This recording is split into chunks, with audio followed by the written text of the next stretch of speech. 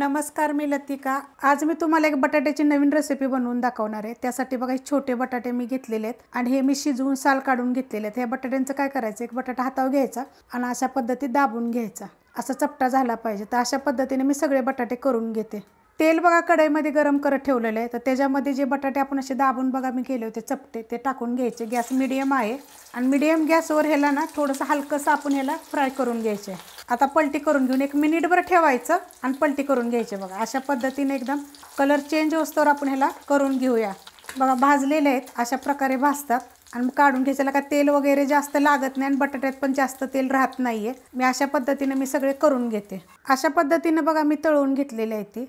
त्याच कढईमध्ये बघा तेल गरम करत ठेवले, थोडंसं तेल टाकलेलं आहे, अर्धा चमचाला बी कमी टाकलेलं आहे, तुमच्या आवडीप्रमाणे टाका। छोटा अर्धा चमचा मोहरी, छोटा अर्धा चमचा जिरे, कढीपत्ता आणि 2 कांदे बघा असे उभे कापून घेतलेले आहेत मीडियम आकाराचे। बारीक कापले तरी पण चालतात। रेसिपी बघितली की लाईक आणि कमेंट करायला विसरू नका आणि तुम्हाला जर छोट्या बटाट्याच्या अजून जर रेसिपी पाहिजे असतील तर मला कमेंट करून सांगा। आता हे पण आपण भाजून घेऊया। कांदा बघा हलकासा भाजलेला आहे, तर ह्याच्यामध्ये बघा 2 चिमूट हिंग पावडर टाकायची, थोडीशी हळद मिक्स करून घेऊया आणि ह्याच्यामध्ये बघा 4 हिरव्या मिरच्या आहेत, त्या अर्धा इंच आलं आहे, 6 पाकळ्या लसणाच्या आहेत, त्या असं कुटून घेतलेल्या आहेत। बघा थोडंसं जिरं पण टाकलेलं आहे, तुम्ही तिखटानुसार मिरची टाका। आता हे पण मिनिटभर परतून घेऊया। परतून घेतलेलं आहे। तुम्हाला जर हिरवी मिरची जर नको असेल तर लाल मिरची पावडर जरी टाकली तरी चालेल, पण हिरवी मिरचीने काय होतं, चव छान येते। आणि मिरची काय भाजलेली नाहीये, कच्चीच आहे, कच्चीच मी कुटलेली आहे। त्याच्यामध्ये बघा एक मोठ्या आकाराचं तंबट असं बारीक कापून घेतलेलं आहे। आता ह्याच्यामध्ये आपण थोडंसं चवीनुसार मीठ पहिलं टाकून घेऊया, म्हणजे जे आपण तंबट टाकले ते सॉफ्ट होईल। आता ह्याला मिनिटभर परतून घेऊया। परतून घेतलंय बघा। आता ह्याच्यामध्ये अर्धा चमचा जिरे धने पावडर आणि अर्धा चमचा आपल्याला गरम मसाला पावडर टाकायचे।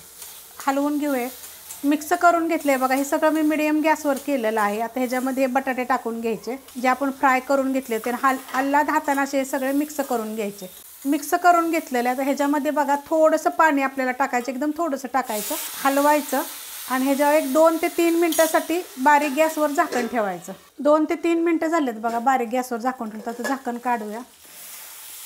चवीला तर इतकी भारी लागते, एक नंबर लागते। रेसिपी बघितली की लाईक आणि कमेंट करा। ही रेसिपी तुम्हाला कशी वाटते ते सांगा आणि अशा रेसिपी तुम्हाला वेगवेगळ्या पद्धतीने पाहिजे असले तर ती पण कमेंट करून सांगा। कोथिंबीर टाकून घेऊया आणि हलवून घेऊया। ह्याच्यामध्ये तुम्ही मॅगी मसाला पण टाकू शकता गरम मसाल्याच्या जागी, आणि जर नसेल तर नुसता गरम मसाला जरी टाकला तरी चालेल। खूप साऱ्या रेसिपी आहेत बघा माझ्या गरम मसाल्याच्या, मॅगी मसाला वगैरे, एकदम चवदार अशी छान अशी होती। तुम्ही ही फुलक्यावर खाऊ शकता, ज्वारीची भाकरी, बाजरीची भाकरी, भातावर खाऊ शकता। वरण भात जर खाताना बी तोंडी लावायला एक नंबर लागेल। रेसिपी बघितली की लाईक करा, सबस्क्राईब करा, कमेंट करा आणि शेअर बी करा।